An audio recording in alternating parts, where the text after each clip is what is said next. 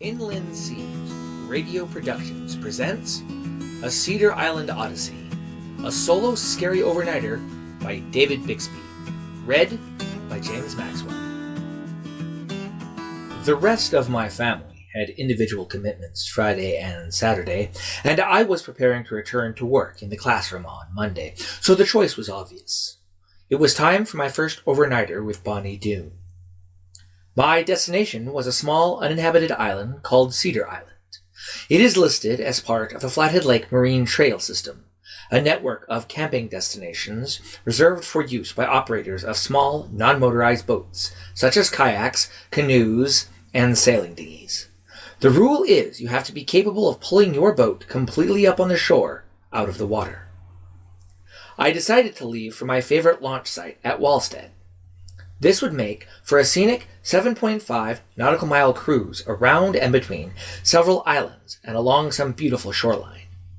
The intended course would also allow quick access to several alternative landings should weather or other unforeseen situations require me to get off the water in a hurry. Fall arrived in Montana this week, bringing with it temperatures in the 60s, gray skies, rain showers, and breeze, all making perfect sailing conditions. Some may argue that the cloudy skies and showers don't seem like they would make for enjoyable sailing, but the shifting light filtering down through the sheets of clouds as they sweep along the distant peaks, and the majestic rain showers cruising out of the bays turn the lake into a magical place to be. The gray skies and showers also completely eliminate jet skis and most motorboats from the lake.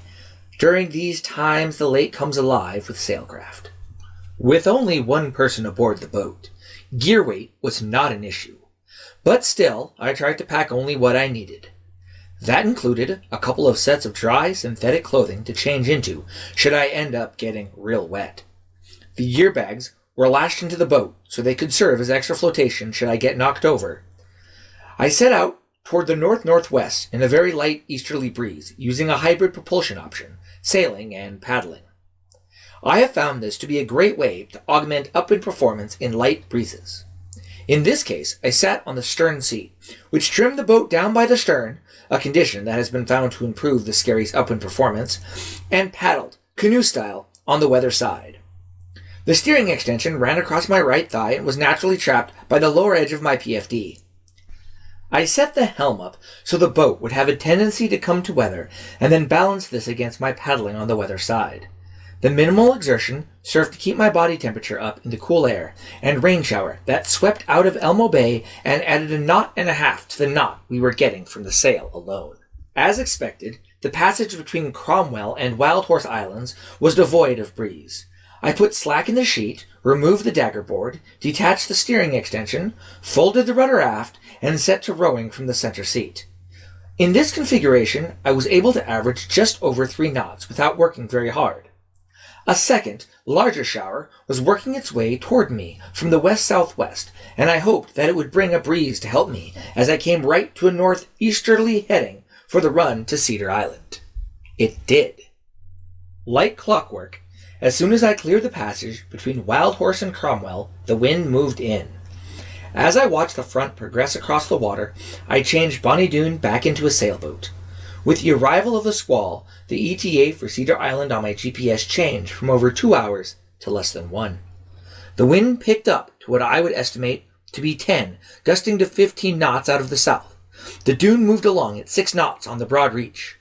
Wave heights built to 2 feet, and we surfed and surged our way towards the gray silhouette of Cedar Island looming ahead in the veil of the rain. In some of the wildest conditions we've experienced yet, the boat handled nicely and showed no tendencies to become unstable. It shipped no water other than from the rain. Although I do not have the capability to reef, I never felt it necessary. I could see the main body of the storm tracking east to the south of me and blue holes in the sky behind me, so that I was fairly confident that the wind would not build much more than it had. As I approached Cedar Island, I was struck by its beauty and a sense of danger. The southern shore was made up of rock cliffs, and waves were crashing into the 20-foot-high walls, sending spray shooting straight up. I shuddered at the thought of my little plywood boat getting anywhere near that. My only chance at a safe landing had to be on the north and in the island's lee. I turned north, up the passage between Cedar and Shelter Islands. On the northwestern point was a decrepit abandoned house with a stone jetty jutting out at an angle. I moved in for a closer look and realized that the wind and waves were sweeping me straight into the shore that was receiving no protection from the jetty under these conditions. Steering back out a ways, I progressed around the northern end of the island. There, between two large VW-sized rocks, was a narrow gravel beach in the shelter of the island. Just out of curiosity, I sailed on to take a look at the east side. There, the wind swept swiftly along another rocky and cliffy shoreline. I turned back for the beach. With anchor ready, I drifted in under the light and confused breezes. At the last moment, I let go the anchor and came to rest in knee-deep water. One of the greatest joys I have found in sailing my skerry is landing on unfamiliar shores. The problem is, the more I do it, the fewer unfamiliar shores I have left. Luckily, however, Flathead Lake, with its 120 miles of shoreline and many remote islands, should provide a lasting supply. On the tiny stage of my beach, bounded by rocks on either side, the lake in front of me, and a dense cedar and pine forest at my back, I set about unloading gear and de-rigging the boat. The beach stones were water-rounded, and the driftwood was slimy and smooth, making it easy for me to haul the empty hull up on the shore. I tied the beach boat off to some nearby trees for added security, and set off with my dry bags in search of a level, open camping site. There were several around the dilapidated house, but I didn't come this far to camp near a graffiti-ridden corpse of someone's summer cottage. On the high interior of the island, I found a meadow with several sites that had been impacted by previous campers. I chose a spot where I would contribute the least additional damage. For that night, I owned my own island. Dinner was followed by a short hike to explore the island by land. 30 minutes was sufficient to circumnavigate it by foot. On the southern point, I stood on the rocky cliffs that had given me a fright earlier and measured a steady wind speed of 15 knots, gusting occasionally higher. Looking down into the water, I could see large boulders just below the surface, and considered again the terrible thought of a small boat ending its life here. It seems that the primary animal inhabitants of the island are birds.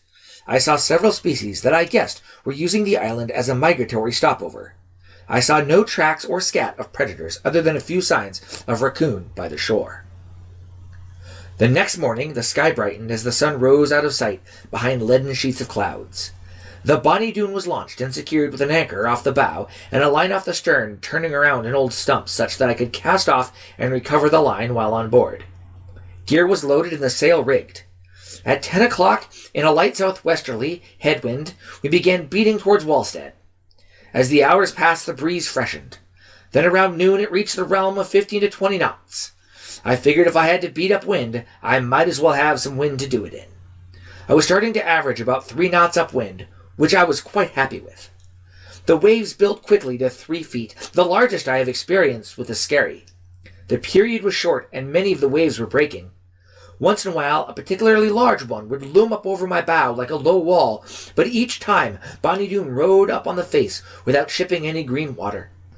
Often, the bow would come back down softly, slicing into the water like a knife, but every third or fourth pitch it would slap down hard with a shudder. Compared to the rain showers the day before, I was staying quite dry. After 5 hours of wild riding, I dropped the anchor at Walstead. I brailed the sail and removed the rudder and daggerboard before approaching the dock in the gusty breeze under paddle power. As the boat was secured on the trailer, the wind subsided. The sun poked through the clouds. There on the shore, I ate the last sandwich I had packed while watching the waves and the wind die out. What a way to end summer vacation.